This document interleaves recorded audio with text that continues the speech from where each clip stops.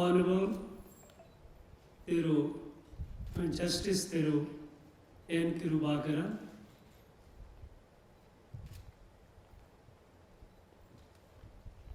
Tirumati Malarvedi, Thiru P. Ravi Kumar, Thiru K. Aditya, distinguished invitees, gracious ladies and gentlemen, அனைவருக்கும் காலை வணக்கம்.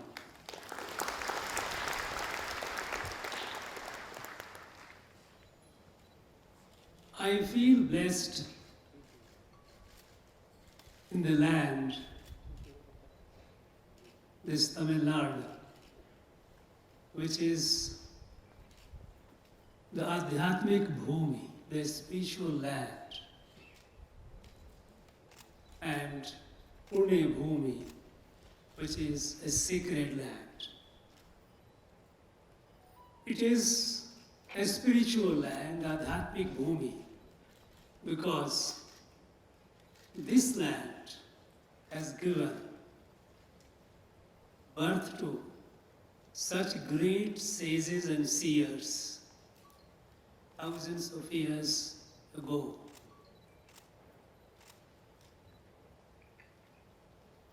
Who had their spiritual awakening, and they gave the light, that the light spreads throughout the country, and gave its name Bharat. Bharat, it means Bharat, a land and the people enwrapped in light. And the light originated from this land. And that is where, when the light is spread throughout the length and breadth of the country, our rishis said, Uttaram yat samudrasya Himadrashaiva Dakshinam Varsham Tad Bharatam Nama Bharati Yatra Sandati. North of ocean and south of the ice-peaked Himalayas is the land enwrapped in this light, in light and land. And its children are Bharati. Thousands of years ago, this light originated here. This is Adhyatmik Bhumi because it gave us great people like Thiruvarur, Agastya, long back, whose light we are still and enjoying, we are still refreshing ourselves, rejuvenating ourselves, and we will continue to do so for generations and generations to come. This land is Adhyatmik Bhumi also, because it is this land where Swami Vivekananda got his awakening at Kanyakumari, and then he took on the movement to wake up India and carry the message. It's a spiritual message to the rest of the world. This land is a Punya Bhumi because it has given birth to so many great people who have suffered, who have given their life for this country. To name a few, Veer Mangai Meru Nachiyar, Veer Pandya Kattoboman, Veer Chidambaram Pillai. When the British tried to divide Bengal on the ground of religion, communal partition of Bengal, It was V.O. Chidambaram Pillai who led the movement here, awakened the people against the British design to divide this country on the basis of religion. It was this land which gave birth to Chempak Rajan Pillai, who coined the slogan Jai Hind, which popularized by Netaji Subhash Chandra Bose. Jai Hind was not coined somewhere else, it was coined on this land. It was this land which gave Mahakavi Bharati, a great son of this country. He was so much captured by the spirituality and the beauty of this country and the fact that this was under chains. What came out of him? The revolutionary poems, the poetries which awakened the masses, the youth. So to be in this land is having a sense of bliss. Today, we are all assembled here for Thirukkural, International Thirukkural Conference. Ural Marai Sangam, which is organizing it under leadership of Ravi Kumar, is doing a great job.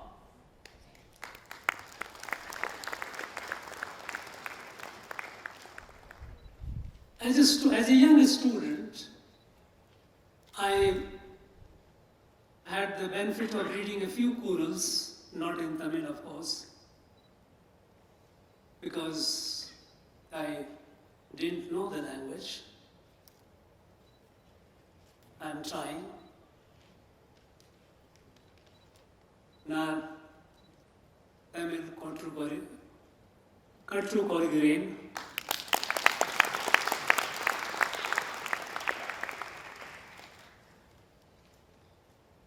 But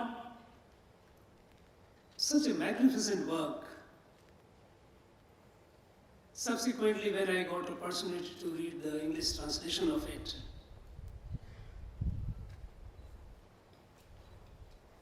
the more and more I read, more fascinated I become. Because every couplet is pithy and pregnant with deep meanings.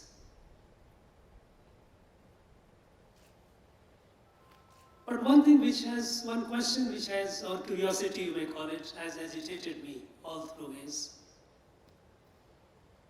this great scriptural epic, which has all the ingredients to be what we say, Ulag Odumarai. It has been represented or presented as a treatise on ethics and morality. Yes, ethics and morality are very much integral to it. There could not be a better presentation of ethics and morality than what we have in Thirukkural. But having gone through it, and with my limited understanding, at the very beginning I plead ignorance and seek forgiveness if I transgress. But my curiosity has been that, is this treatise only on ethics and morality? Because I see it is steeped in spirituality. Somehow, this part of it, at least I have not come across, because having come over here, many people, and Tamilnadu has a very wonderful tradition. When people meet, they give you books. Nowhere in the country it is so. And many people gave me different translations of Thirukkural. But by and large, that spiritual element of Thirukkural has been missing in at least all the books that I received.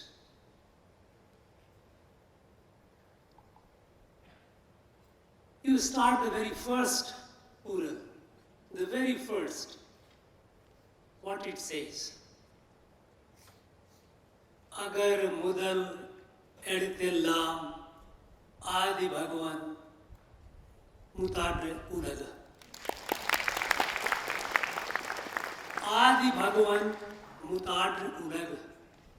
At the beginning, there was Adi Bhagwan.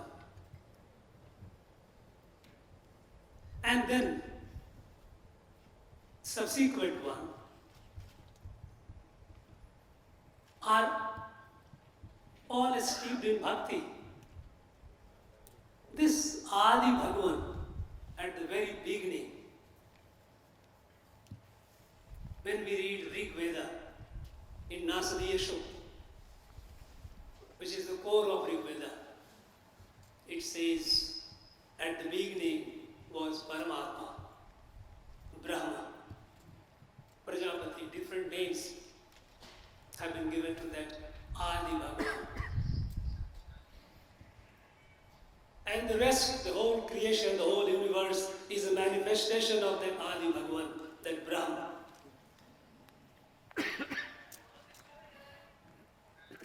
And when we say that the whole universe, whole entire creation is a manifestation of that Adi Bhagwan,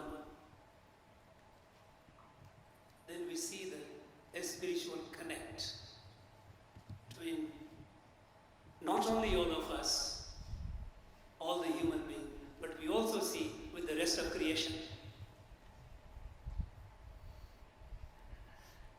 Subsequent Urals. Ural number 4.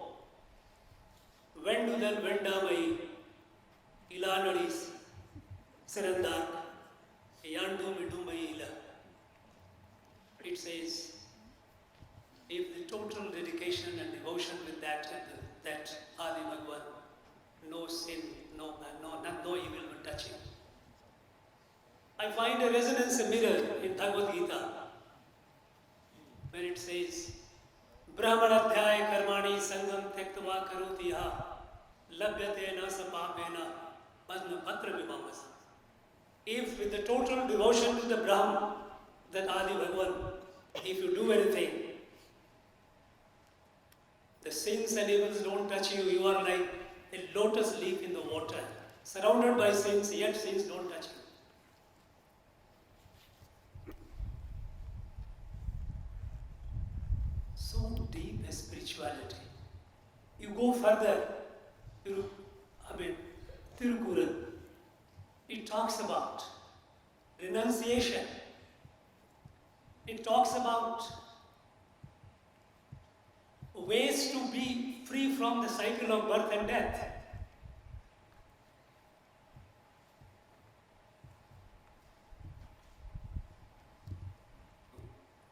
To limit this magnificent universal scripture merely within the bounds of ethics and morality is great injustice according to me. Maybe this has been the result of certain perverse politics that we have started, distancing ourselves from spirituality. Ethics and morality per se don't stand. Advices are there, plenty of people give advice. But the root of that advice, that ethics and morality lies in spirituality. That is what the great Thiruvalluvar had said is how to lead a dharmic way of life. Be at individual level, be at a collective level.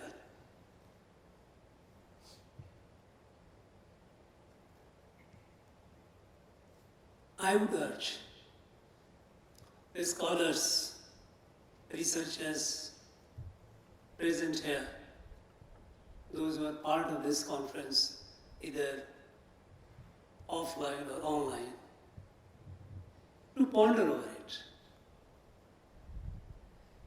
understand, to appreciate this great work is not a work of mere translation. These are not words. Every word, this seven word couplet are not just 7 words. Each word is pithy and pregnant. It has a deep meaning, and that deep meaning can be understood only if one has that Bharatiya consciousness, that chit, which is born out of this land. When you see the meaning of it. You know, there is a fundamental difference between the knowledge system of the West and knowledge system of India. Knowledge system of the West gave preeminence to reason. That nothing that stands to reason is not acceptable. It believes in the sovereignty of reason, the logic. But the reason presumes that we know everything. Logic presumes that we know everything, there is no more knowledge to be learned, and so if that something doesn't fit in that standard of knowledge, it is not to be accepted. No, knowledge is growing, is dynamic. In ancient Indian system of learning, while the intellect was given the due place, it was considered inadequate. And that is why there was also, to supplement it, experience, intuition, what you call anubhuti, what you feel, what you experience. When you see a beautiful flower, do you love it for reason? Do you see a beautiful rainbow in the sky? Do you love it for reason? A lot of experiences we all go through in our life which are not subject to reason. There are revelations. These are things which cannot be computed or analyzed through logical sequencing. It has to be a combination of the two. Epistemology of India and the West has been different. While the West has relied purely on, this is the modern science, logic and reasoning. In Indian system, it has been reasoning and experience and intuition. To understand and appreciate their spirituality, it is not just reasoning. It is also experience. When you go for bhakti, you don't do for reasoning, for logic. Devotion is not a product of logic and reason. It is something self-awakening to submit yourself to the superior, to the Paramatma, to the Adi Bhagwan. And you get that relief and you get that awakening. So, my humble request would be that please don't limit this magnificent work only to ethics and morality. Everyone has been talking about ethics and morality. Devoid of a spirituality, it will be a just and pure parroting of what do's and don'ts. Only when you link it with its root, which begins with the vast Kural itself, then you get the meaning of it. And I would urge everyone to kindly do it full justice. And I'm sure in the sessions after this and beyond, because this is not a one-day exercise, this epic has been handed over, bequeathed to us, created by great Thiru, and through generations it has come to us, and it will go on for generations. Understand and appreciate it in totality, comprehensive.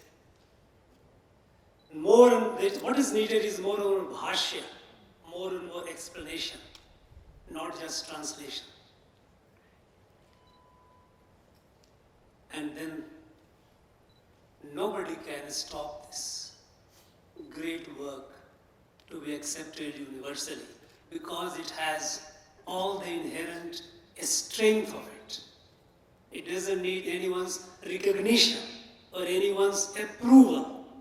It is there. It is there not because someone recognizes. It is there because it has that strength.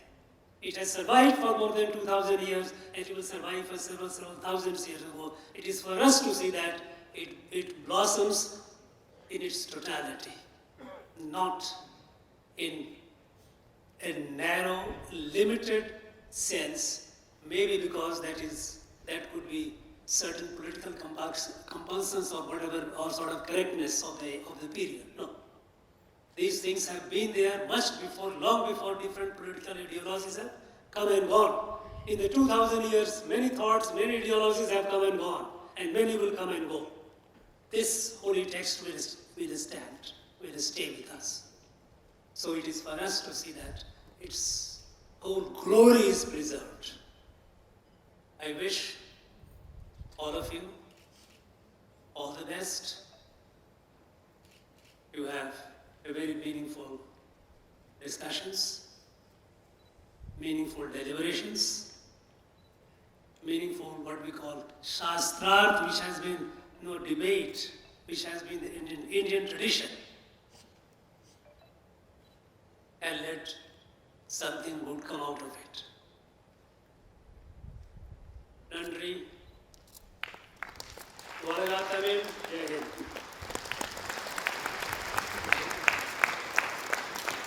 Thank you, sir, for your stimulating speech which revived the history of Tamil literature. It was indeed an enlightening one. Thank you, sir.